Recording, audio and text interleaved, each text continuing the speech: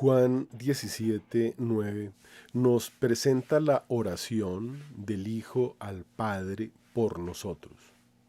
Por ellos ruego, no por el mundo, sino por los que tú me diste, porque son tuyos. Pero estos quedan en el mundo, mientras que yo me voy a ti, Padre Santo. Esta terrible sentencia contra el mundo que reitera Juan 14 y dice, ya no hablaré mucho con vosotros, porque viene el príncipe de este mundo. Por ellos ruego, porque son tuyos. Es decir, que nosotros, sin saberlo ni merecerlo, disfrutamos de un título irresistible del amor de Jesús. Y es el hecho de que somos cosa del Padre y hemos sido encomendados por Él a Jesús, a quien el Padre le encargó que nos salvase.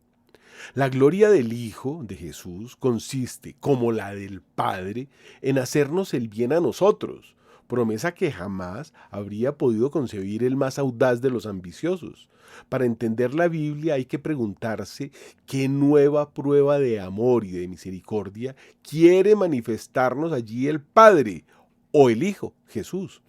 El que no ama es porque no se cree amado, dice San Agustín. El Hijo ha sido glorificado en nosotros, en cuanto somos su trofeo. Por eso la cruz. Vemos aquí la importancia abismal que nos atribuye la divinidad, a nosotros, su criatura. Si somos del mundo, Él ya no ruega por nosotros. Entonces quedamos excluidos de su redención, es decir, que nuestra perdición es segura, porque hemos elegido ser hijos de perdición. El Salmo 18 dice, los hijos míos se han vuelto como hijos bastardos, me faltaron a la fidelidad. Allí dejamos de ser hijos de Dios, es decir, que somos escogidos y nuestro libre albedrío, nuestra libertad, acepta o rechaza esa dignidad de llegar a ser hijos de Dios. Juan 8:44 dice, vosotros tenéis por padre al diablo y queréis hacer los deseos de vuestro padre. Él es homicida desde el principio y sus hijos son mentirosos y maliciosos como él en su obra tenebrosa, obra del príncipe de este mundo, que es el padre de la mentira y cuyo poder es de las tinieblas. Mientras los hijos de Dios son hijos de la luz. Vemos lo admirable de su sabiduría y la realidad de los milagros de Jesús, y en vez de alegrarnos y seguirlos, o al menos estudiarlo, nos escandalizamos de su doctrina humilde. Por eso Jesús es signo de contradicción, y lo seremos también sus discípulos a causa del misterio de la iniquidad, o sea, del poder diabólico cuyo origen se nos ha revelado también en la rebelión de los ángeles y el pecado de Adán, del cual Jesús nos viene a rescatar para que volvamos a ser hijos de Dios.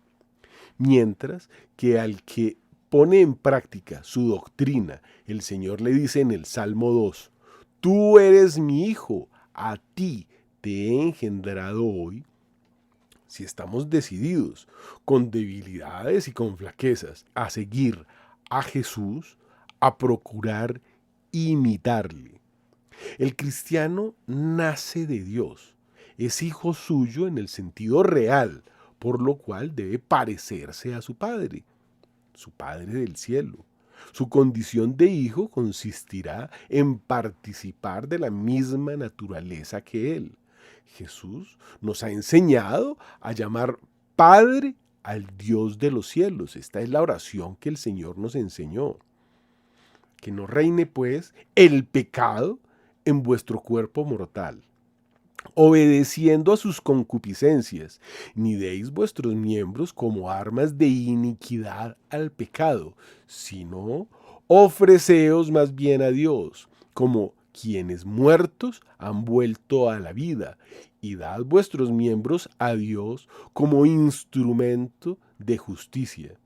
Ahora, habiendo quedado libres del pecado y hechos hijos de Dios, cogéis por fruto vuestro la santificación y por fin la vida eterna. Romanos 6.